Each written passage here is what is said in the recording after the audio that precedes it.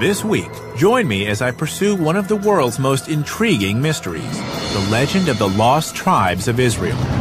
The Bible's Book of Kings tells us that the northern kingdom of Israel was destroyed by a brutal Assyrian invasion in the 8th century BC. And more than land was lost. 10 of the 12 tribes of Israel would vanish into history and myth. But one of these lost tribes may have survived in the unlikeliest of places. Could ancient Jews have journeyed from the Middle East to South Africa?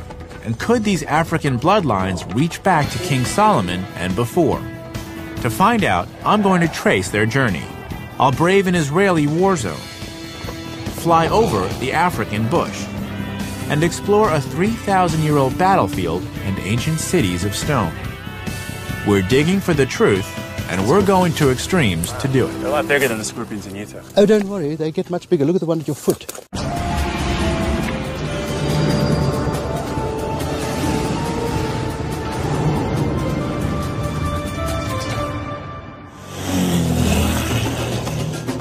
This is the Limpopo River, the northern border of South Africa. I've come to hear the story of a local group of people with astonishing ties to the story of the lost tribes of Israel, the Lemba. Today, they live only a few miles away from here, but this would have been the final challenge in an epic journey across deserts, oceans, and jungles.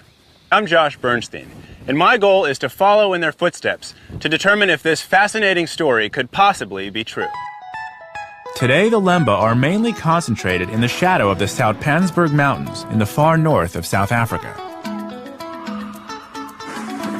To the casual observer, they look and live much like any other traditional Southern African community. But if you scratch below the surface, there are some intriguing differences. Here I am in South Africa, and there are these men wearing skull caps and talit, shoulder wraps. You would see this in any synagogue in America or Israel, but I never thought I'd see it here in South Africa. I want to find out how these people seem to have Jewish customs. Samuel Moeti is president of the Lemba Cultural Association. Pleasure. So, I'll be honest, I came into this village and the first word I heard was shalom, Yes. a Hebrew word. Yes. How is that possible? How is it that the Lemba are speaking Hebrew? The Lembas are the original Hebrews, and they were scattered, as you know, and they crossed into Africa. So they were scattered all over. So in South Africa, in many parts of South Africa, you find the Lembas who are actually Hebrews. Hebrew. So the Lembas claim to be descendants of ancient Israelites? Not claim, they are. They are? They are. Okay. We are the original African Hebrew. We are scattered all over. Can you give me a few examples of some of the Jewish Yes, traditions? we don't partake of pork. Okay. We don't mix milk with meat. It sounds to me like the Lemba have a unique culture surrounded by others who do not practice the same way. That is correct. We always believe that the Jewish people who live all over the world are our brothers because we come from the same root. Could it be that the Lemba are a lost tribe of Israel? To answer the question, I have to turn the clock back some 2,700 years to the time of the mighty Assyrians. Back then, Assyria was the greatest imperial power the world had ever seen. And it had set its expansionist sights on the northern kingdom of Israel. The northern kingdom, composed of 10 tribal groups, was completely destroyed. Any surviving Israelites were enslaved and taken to Assyria, what is now the nation-states of Iraq and Syria. Little is known about the fate of these lost tribes, but for 2,700 years, hope remained. Could the Israelites have regrouped? Could some have escaped their captors and fled? Could a group of wandering Israelites have survived the elements and continued on, faithful in some land far from home? Jerusalem. There's no place more associated with the Jewish people. But as I walk through its narrow streets, I can't help but appreciate how deeply connected the people of many faiths feel to this city, and how millions of people around the world have a connection to this place, including me. My father was born here, and I probably have ancestors who were here when the Assyrians broke up this land.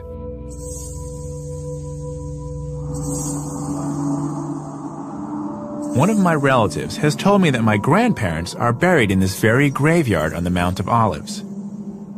I've never visited their graves before, but I've decided to try and find them.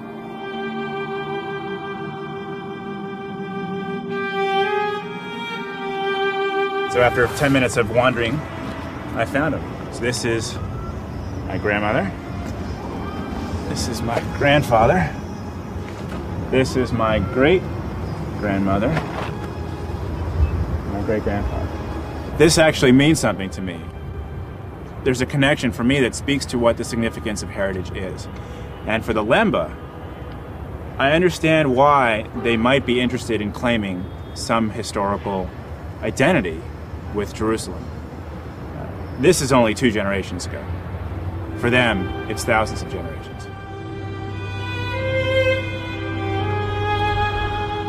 People have claimed to have found lost tribes all over the world, from Siberia to Australia.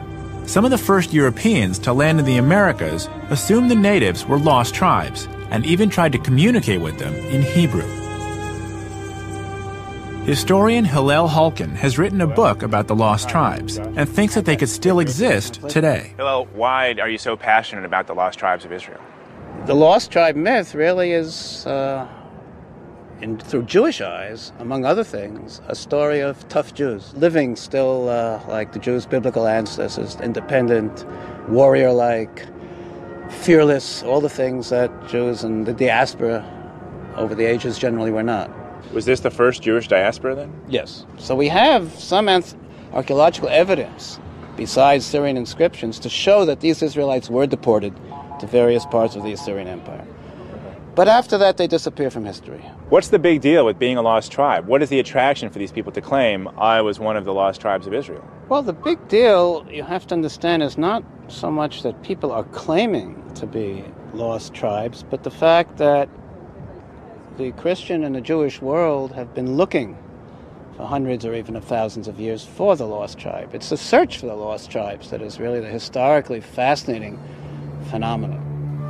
By now, the trail left by the lost tribes has gone cold. But perhaps the Lemba's oral history, handed down over the generations, can help us make a connection to the lost tribes of Israel. The Lemba's story goes like this. Thousands of years ago, they were forced out of Israel and settled in a place called Senna, which is believed to be the present-day Yemen. There, they lived as traders and craftsmen until war or natural disaster pushed them across the Red Sea and into Africa. Then began a slow migration south. Along the way, according to the Lemba, they built great stone cities. It's a claim that's fascinated archaeologists. Why? Because the ruins of ancient stone cities still exist in southern Africa today. It's also where I need to be exploring next. I had no idea how big this site was. I'm on the trail of an African tribe, the Lemba. They claim ancient Israelite ancestry and could just be one of the lost tribes of Israel. We are original Hebrew. Their oral traditions speak of a great journey through Africa and of the great stone cities that they left along the way. I'm on my way to see one now.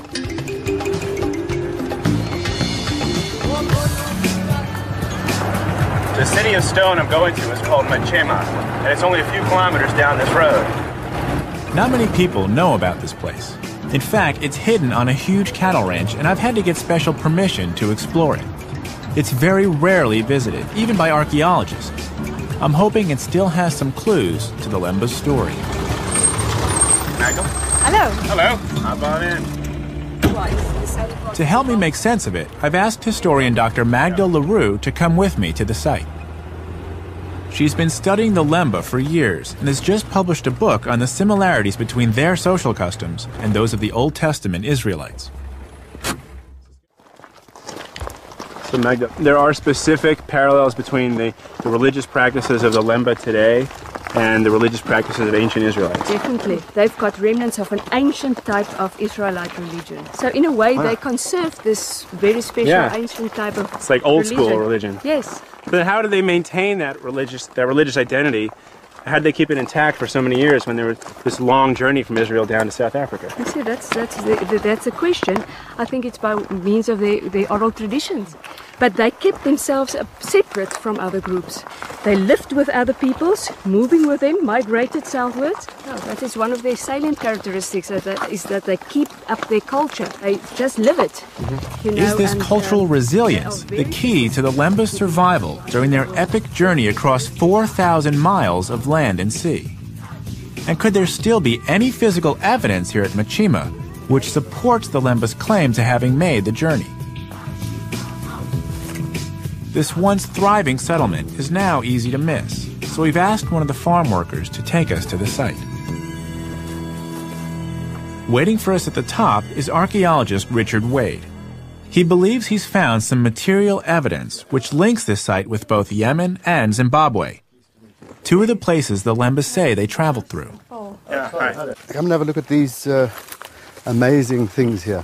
There's a potter's weaving weight. A potter's weaving weight. Saw this thing. It's the form of a spinning jenny, and this, of course, is found in Yemen. But basically, this, apart from that, look what else. This is an amazing, I would say, not decoration, but inscription. I've seen this before. You make out some sort of a letter, followed by a dot, followed by another letter, followed by another sort of a letter, and a dot, and another letter. Or is it just decoration? Yeah. But the problem is we find this in Yemen. This, Yes. you just found this, correct? Yeah, it was lying. It's just right sitting here? Yeah, there's another And few this- potsherds here. Just This potsherds. tells you what? Well, this is a weaver. There was weaving done here. There was cotton grown. There was something with the trade. And the only people who do that are basically mentioned by the oral traditions of the Basena people or the Lemba. So this says the Lemba were not just living here; they were actually they had a big enough community that they were weaving. Yes, this is like a castle with almost a little kingdom, possibly. Richard believes the Lemba of Machima shared more than ancient technologies with the Israelites of Yemen. They shared the same culture. The inscription that's written into that wall is significant because it ties this place with other Lemba communities. I would say so. Okay. Cylindrical tower. It seems both experts are convinced this place is definitely the work of ancient Lemba communities. The question that I'm wondering is that this is a significant amount of work. Is there anything physically, archaeologically, that was found here that connects the Lemba with other places that they claim to have traveled through? Yes, there are amazing collections of beads which are found here and are found in Zimbabwe, but it's a specific collection of beads. I'm not talking just about one or two of them. And these beads are directly related to Tarim and Sayut, where the harbors are of the Sena people, originally coming through from Yemen. But nowhere else. So these beads, just take a look at them real quick, reinforce the Lemba's claim Very much. that they did indeed travel from Israel into Yemen and then south through Africa. This is actually the first physical proof I've gotten of the people here coming from someplace to the north. And the Lemba today claim this as their heritage. Then it is. The most intriguing feature at the Machima site is the remains of a mysterious conical tower, which still has archaeologists scratching their heads. But I'm not really clear what it was used for. Nobody really could tell you unless they lived there. But is it a lookout tower? No, it's too low for the rest. You would have your lookout tower higher there. So we have a very significant, well-made little conical tower, which is very much the only one I've ever seen south of Zimbabwe. Really? Oh, yes. Zimbabwe's great enclosure has got the large one. There's quite a few there. There's a small one, but this is not seen in South Africa. A Zimbabwe connection is interesting because that's one of the places the Lemba say they traveled through. And these are the Lemba. Then this was built by the same people who built the one in Zimbabwe? Definitely the same people. The same stoneworkers here, the same bead types, the same weaving technology. Richard lays out some convincing evidence that the Lemba did indeed build this place, and could also have built the largest ancient stone city in sub-Saharan Africa, where I'm heading next. The ruins of Great Zimbabwe. It might be a bit of a long shot, but it's definitely worth a closer look. It's a really long drive, so I'm going to catch a ride with a local pilot. This will also give me a chance to see what the Lemba would have been up against on their long trek through the African bush. By the time I find out that this little plane isn't stable on windy days, it's too late. And we're off.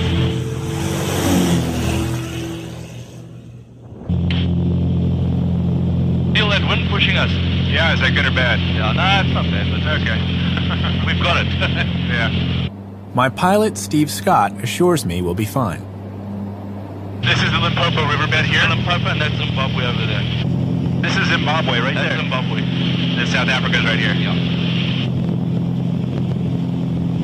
Wow, that's just stunning.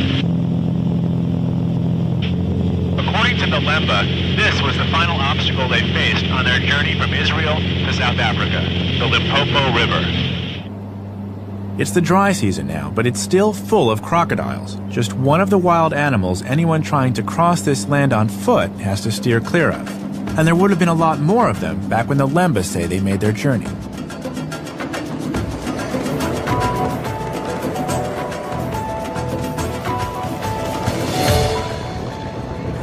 So we've just landed in Zimbabwe, and by just landed I mean we got here hours and hours ago, but we spent the better part of the afternoon getting our press credentials. It is not easy getting these at this time. We've been allowed because our story is on Great Zimbabwe, which is a point of national pride. The whole country was named after this site I'm going to. Great Zimbabwe is in the south of the country, a 5-hour drive from the capital, Harare. Oh, local craft. I've come to buy everything. I wasn't sure what to expect. How much for the chess set? $120. $30,000. Keep in mind that $1 US is currently $6,000. This country used to be one of the most successful in Africa, with a huge tourism industry. But government policy has driven most tourists away. Very much. Bye. Thank you. Life's not much different in Masvengo, the town nearest to Great Zimbabwe, the ancient city the Lemba claim to have built. And tomorrow I'll find out if their claim is true. And I'll get my hands dirty learning how they built it. All right. I have made fire.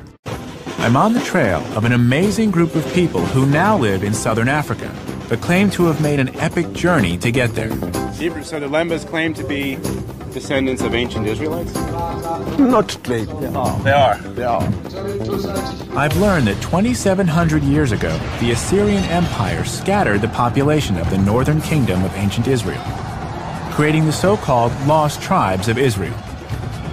The Lemba story is that they settled in Yemen before crossing the Red Sea and traveling inland through Africa, where they built great cities of stone. I've seen evidence of one they built near their current home in South Africa.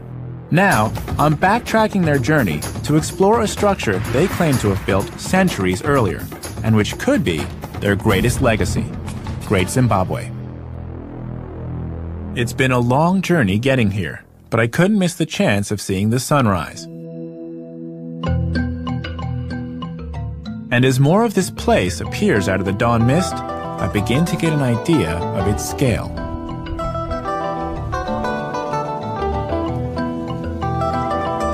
The site covers an area of 4 square miles, the largest ancient stone city in sub-Saharan Africa.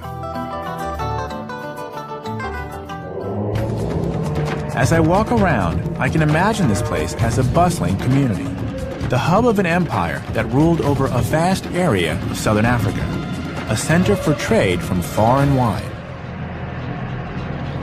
The Zimbabweans are very proud of it, and who can blame them? I'm here to meet Dr. Edward Matenga, the site's curator and an expert on the history of Great Zimbabwe. Wow. So this whole area was a city that ruled the kingdom. Yes, the first buildings were laid on the hill, and then it extended into the valley. You know, I saw parts of those buildings coming up here, but I had no idea how big this site was. In the background, we've got the biggest building, which is the Great Enclosure. The Great Enclosure is that big circular one? Yes. Wow. What was this place for? This is the Great Enclosure. Yeah? It was built for the paramount wife of the king. For the first wife of the king? Yes. So Edward tells me that the Great Enclosure was the last structure at the site to be built, around 1400 AD. What I really want to see is the conical tower that Richard Wade says is the same as the one we saw at Machima. It's called the conical tower. Conical tower. What was it used for? Your guess is as good as mine. It wasn't used for anything other than being a sort of a ceremonial monument. Really? Is there an entrance? A door? No. So I don't get it. It's just a big cone of rock. Yeah, it's all sort of it's pegged in stones, and there's no entrance. As Richard Wade told me, no one knows for sure what these towers were for. But the fact that both Machima and Great Zimbabwe have them supports the claim that the same people were involved in building both sites. Which brings me to the big question. Edward, who built this place? This site was built by ancestral Shona communities. The Shona today are the predominant inhabitants of Zimbabwe. They are a segment of the Bantu. Edward believes that it's his ancestors, the Shona, who built this place. So where does that leave the Lemba? So this entire community was built by the Shona? Yes, sir. This is the only site, as I told you. There are about 300 sites. Historian Magda LaRue told me that the Lemba lived and worked alongside other communities while maintaining their own identity and culture. So it's still possible that the Lemba were involved in this place's construction. And since this type of architecture was unique in Africa at the time, maybe it was the Lemba who provided the equally unique stonework seen here at Great Zimbabwe. They've only been prestige. Whoever built this place, it was a real feat of engineering. These walls are solid granite, not soft sandstone. You said that there were 15 million stones put in this wall? Yes, this was a big job. How could they have found or quarried so much stone? I can show you one of the quarries, which is not very far from Grispa.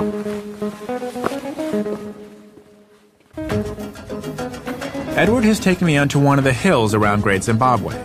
They're made of granite sheets, smooth and slightly curved like an onion skin. What are these guys doing?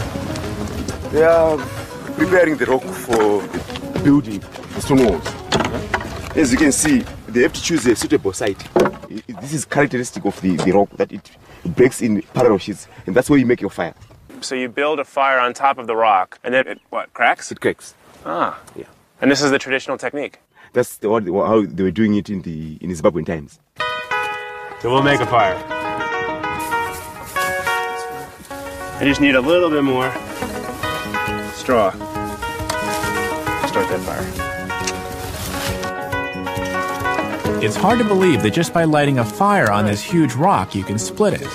Don't split. Good split. Good. They say the process should take several hours. We'll see.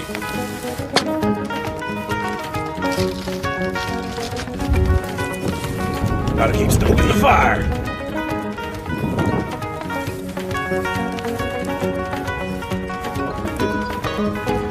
Fire! That looks good. That's actually right on top of the fracture. Yeah. So that's good, right? Yeah. So once it starts cracking, we just kind of watch it go all the way along the way. Yes. And then you have to push the fire this side. Remove. I heard that. I heard that. You hear that? Yeah. This pop explosion. The rock's starting to crack. You can hear it before it starts to go. There's the crinkling, or the crackling of the fire, and then below it, you can hear the rocks kind of going ding, ding, ding, ding, ding, ding, ding, ding, ding, ding. It's going down there, so it just went all the way down there. You can't see it, we have to move the fire, but it looks like it runs all the way down here to the end. Hey, that's a little hot. You don't have any eyebrows left. Yeah. I see we're using metal tools. Would the Shona have had metal tools? No, except for iron hammers. Iron, so they had iron. Iron hammers. But the hammers were probably used to break the rock. Yes. More than this kind of thing, they would use wooden rakes. Wooden rakes to move everything. Move everything. And then the iron hammers would be used to break the rock later. Break the rocks and then trim them. That's it. A perfect one. Again. That's a perfect one? Yeah. I made this one. The building blocks for the great enclosure were basically made in this way. So all of the building blocks for the stonework that we saw is made this way. I can see now where the building blocks for Great Zimbabwe came from. But I still haven't gotten to the bottom of exactly who built it. Were the Lemba involved, as they claim? They are an African people, just like the Shona. They are Shona speaking today. So it's possible their claim may hold some weight, that they were here. They were certainly here, but whether they built the stone walls or not, it's very difficult to substantiate. As I said, I mean the evidence that is available at the moment in terms of oral testimonies is vague. Okay. Well, but at least there's a possibility. Great Zimbabwe certainly fits the description of the great stone cities the Lemba claim to have built, and Edward confirms that the Lemba were definitely here. Even today, they have communities not far from here. Amazingly, the Lemba who live here in Zimbabwe, just like those in South Africa, really do believe they're Hebrews, and the cities of stone they claim to have built do seem to support their oral traditions. But does this make them a lost tribe of Israel? Did the Lemba, like the lost tribes, actually leave Israel in the 8th century BC? Are the Lemba truly a lost tribe of Israel? If so, they would have also been victims of the Assyrian invasion of the northern kingdom. I've just learned there's some archaeological evidence found in the same Israelite cities which fell to the Assyrians all those years ago, and which could finally put this question to rest. I want to see this site for myself, so I'm going back to the Holy Land.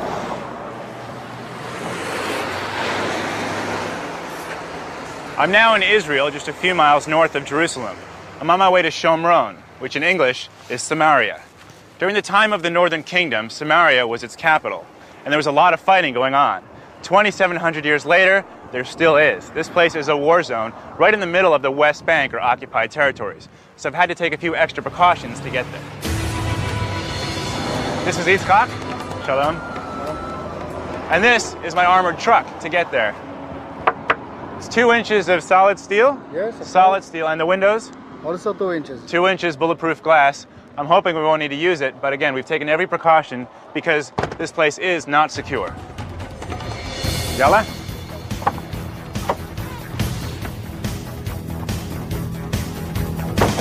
We're trying to get to an archaeological site called Sebastia. It may hold vital clues about how the Lemba's epic journey began, but it's on the other side of a heavily guarded checkpoint. Will we be able to get in? I'm on the trail of the Lemba, an African tribe who now live in South Africa, but claim to have made an epic 4,000-mile journey from Israel to get there. I've heard they were involved in the building of Great Zimbabwe, as well as similar stone cities elsewhere in South Africa. Now, I've returned to Israel, where they claim to have originated, to pick up their trail.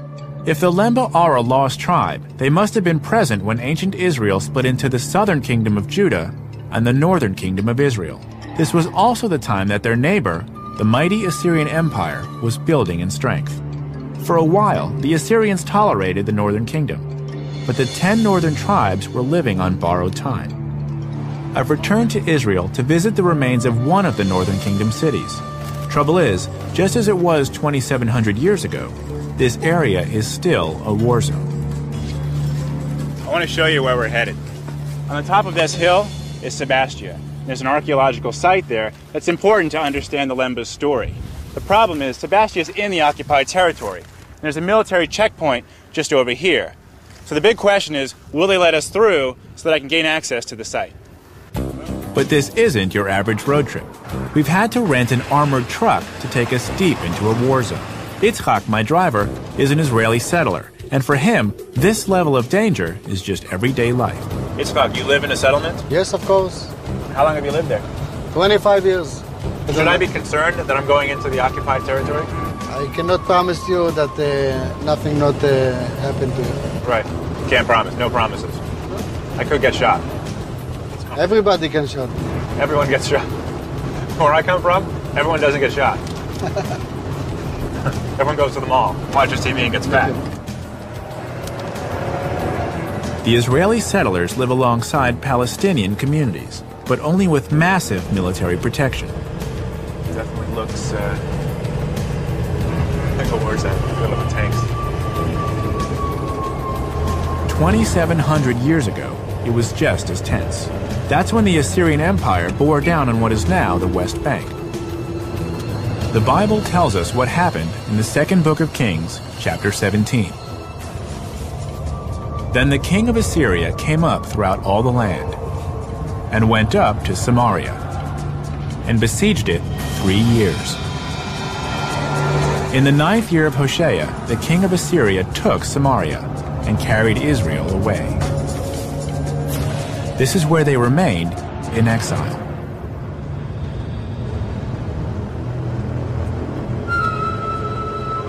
We're now approaching the checkpoint. We've been working on gaining access to the Sebastia site for weeks, and yesterday we finally got permission. But we were warned that if there's even the smallest bit of trouble in the occupied territories, we won't be allowed to the site. See those tanks? This doorway is like 1,000 pounds. Wow, okay.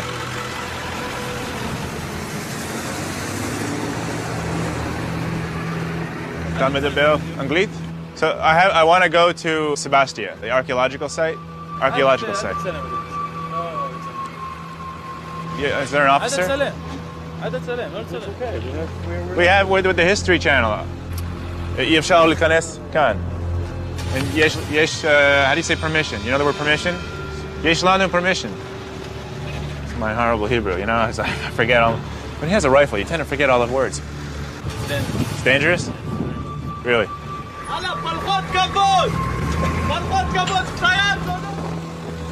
Here's what's going on. It's a producer, an associate producer talking to the guard. He refuses to let us in. We've been working on this for weeks, and yesterday it was fine, but they're saying that today, because of a recent uprising, they won't let us through the security gate. Despite our best efforts, Sebastia is a bust. Fortunately, I have a backup plan. There's another ancient city which fell to the Assyrians, a place where the lost tribe story may have begun, and where the Lemba might have started their journey. It's called Megiddo, but you might know it by its other name, Armageddon. Megiddo appears in the Old Testament, and in the New Testament the same location is called Armageddon, the place where the book of Revelation claims the final battle between good and evil will be fought. Today, it's an important archaeological site, but in the 8th century BC, this place was a battlefield. Trade items that the Egyptians were interested in. Archaeologist Israel Finkelstein is director of the Megiddo expedition and an expert on the ancient kingdoms of Israel. He's agreed to tell me more about this site and the city of Megiddo's extensive influence. Well, it was quite a big state. It was the most prosperous state in the Levant at that time. They reached all the way, I mean, you can hear about them from the information given to you by their neighbors. So the king of Moab is complaining. Well, the king of Damascus is complaining that they took territory from him in the north. The king of Assyria, the great king of Assyria, is saying that King Ahab of the northern kingdom came to fight, at Karkar against the Assyrians with a huge army of chariots. So according to all this, they were very powerful in the 9th century. So at this location, these people, they said there was about 1,000 people living here. Something like that. They were able to become significantly powerful so that the Assyrians, who were a powerhouse of their own, actually respected them. Yes, no doubt about that. In the beginning, before Assyria became, so to speak, a devouring empire, in the beginning there was some sort of relationship between Assyria and the Northern Kingdom, and at a certain period of time, even the Northern Kingdom was an ally of the Assyrians. I mean, of course, a weaker ally, but still an ally under the sphere of influence of Assyria. But then, in the second half of the 8th century, things changed, and the Assyrians were interested in simply ruling over those territories and taking them over. Eventually, the Assyrians' patience ran out, and they would no longer tolerate challenges to their power. They had set their sights on empire.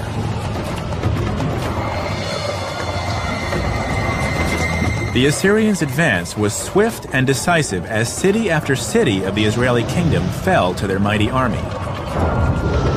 The Bible called Assyria a land bathed in blood. Israel Finkelstein believes that when the Assyrians conquered this land, they wiped out all the leadership of the tribes of Israel. The population was either killed or assimilated into other parts of the Assyrian Empire. He doesn't believe they could be found today. this, you were saying, was the building that the Assyrians built once they took over this area. Yes, this is one of the two palaces that the Assyrians built here. What happens then to the rulers of the northern kingdom when the Assyrians come in and take over? The rulers were deported. We don't know whether all of them, part of them, most of them, many of them. We don't have this kind of information, neither from the Bible nor from the Assyrian text, and of course not from archaeology. Archaeology cannot speak about a person.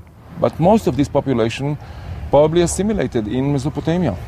So the people who are on a quest to find the lost tribes and to recover them and bring them back to Israel, they would only have to travel as far as Mesopotamia? I don't think that you can travel anywhere and look for the lost tribes. I mean, I make a distinction between what we know from archaeology, history, and so on, and all sorts of popular ideas of going this way or that way and finding a lost tribe.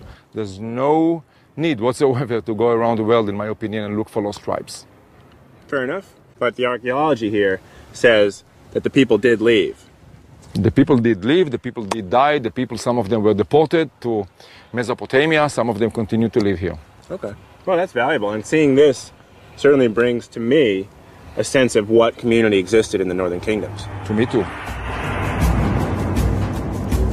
Israel Finkelstein tells me that Assyrian rule lasted for almost 100 years, that they went to great lengths to split up ethnic groups and cultures. So if it's true that none of the 10 lost tribes could have possibly survived intact, where does this leave the Lemba? I've certainly seen some evidence that they did make at least part of the journey they claim, but I can't prove a link to the Holy Land. There seems to be no trace of them left here at all. But there's one piece of evidence the Assyrians couldn't destroy. If the Lemba's claim is true, the proof should be in their blood. It's now possible to trace the Lemba's ancestry through their DNA, and that's just what scientists in South Africa have done. I'm going back to the Lemba's current homeland to find out the truth behind this fascinating mystery. Doctor? I've returned to South Africa, the current home of the Lemba, an African tribe who call themselves original Hebrews. We've traced the journey they claim to have made across the whole continent of Africa. I've seen evidence the Lemba were traders and craftsmen, and that they helped build great stone cities in Zimbabwe and South Africa. But it's proven very difficult to locate any evidence linking the Lemba to the famous lost tribes of Israel. But I'm not finished yet. In fact, there could still be solid proof behind their claim to Jewish ancestry. That's why I've come to Johannesburg. The scientists here at the National Health Laboratory Services have screened the genetic profiles of the Lemba and their neighboring tribes, the Venda and the Bantu. They've come up with some revealing conclusions. I heard of the Lemba many years ago. Dr. Trevor Jenkins has been the lead geneticist in the study of the Lemba for the last 20 years. And I didn't really have much interest in pursuing their actual identity until a friend who had been studying the Lemba had detected some Jewish influences in the music of the Lemba. So their music actually differs from the people around them. And that brought you in to study the genetics? Yes. So the genetic data doesn't say that the Lemba are Jewish as much as it says they have Semitic origins. Yes, that's how we put it. What we were saying was that there's a non-African contribution to the gene pool of the Lemba, which is not evident in the peoples amongst whom they live in that part of the world. You mentioned non-African influences. If someone didn't have genetic data or the testing available, how could you determine if one group is Jewish or not? I distrust relying on morphological features to categorize populations. So someone couldn't say, oh, he looks Jewish, she looks Jewish, he's not Jewish, she's not Jewish. That wouldn't have any bearing on the issue of Semitic origins. I don't think so. The Lemba... Dr. Jenkins believes DNA always trumps appearances, and the Lemba's claim to Jewish ancestry may indeed have some genetic support. Not only is their DNA very different from their neighbors, but according to his colleague, Dr. Himla Sudyal, it may have a non-African, even Jewish connection. I'm Josh. Good to see you. Yes. Take a seat. Sorry, great. I have gloves on, so I prefer not to shake your hand. That's fine. Thank you. So I've come back to Johannesburg for more information about the Lemba, and I'm curious if you could tell me about the research you're doing. Yes, this is the very interesting thing, that the South African Lemba harbor a particular Y chromosome pattern or lineage that's common in people who identify as the Kohanim or the Jewish priests. Okay. In the Jewish tradition, the Kohanim are part of the priestly caste. Amazingly, scientists have isolated a strand of DNA that's strongly associated with the Kohanim. It's called the Kohen modal haplotype, and it's almost exclusive to Jews who claim the priestly heritage. Almost exclusive. The Kohen modal haplotype has been found among the priestly caste of the Lemba. The observation that the Cohen pattern was commonest in that one particular group is something that begs exploration.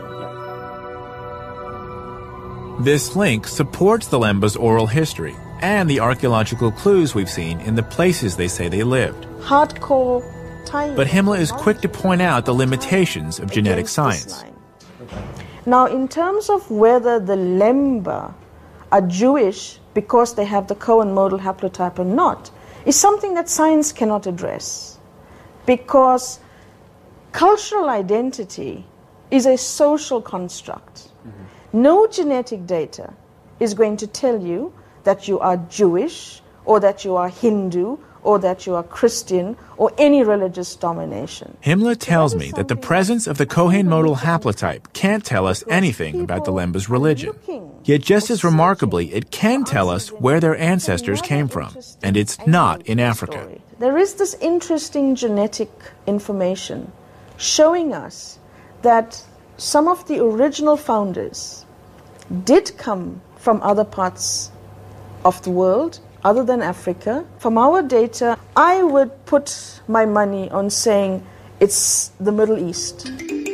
Himmler is convinced that Lemba ancestors did indeed come from the Middle East. I'm excited to get back to the Lemba to see what they make of this. And I've got the perfect opportunity. It's the Lemba's annual festival, and I've been invited. It's hard to believe that these people, who to the casual observer look just like the other African communities they live among, actually do have DNA passed down from Middle Eastern forefathers. This proves that when it comes to race, looks really can be deceiving. This annual festival is a chance for the oral history and traditional songs of the Lemba to be passed on to the next generation. This song tells the story of the Lemba's journey all the way from Israel to South Africa. Having traced this journey, I'm eager to hear what Samuel Moeti thinks about the DNA evidence. So the genetic testing actually proved to the doubters what you and your forefathers have been saying for generations. That must be exciting news. It is. I'll be honest, I hadn't heard of the Lemba. I knew very little about the people. But having spent time making the journey from Jerusalem down through Zimbabwe, having spent time here at this festival, seeing what your people are all about, I can only sum it up in one word, and that's shalom. Shalom. We've seen how science has backed up the claims of the Lemba in the face of years of doubt and prejudice. The archaeological clues, the DNA evidence, and the Lemba's own oral history add up to a very convincing argument. One of the most challenging aspects to doing this journey and seeing what it was like for the Lemba to go from the northern parts of Israel down into South Africa is that there's very little archaeological evidence on the ground that says definitively this is what the Lemba did. So this is why I think the genetic component is so compelling, because it's hard to fake the DNA. It's in your blood. It reminds me that first impressions can often be misleading. It was hard to believe that a tribe of black Africans could be the descendants of ancient Israelites. But that's exactly what they appear to be. Brothers and sisters, they are there. We are not lost. We are scattered. We are original Hebrew.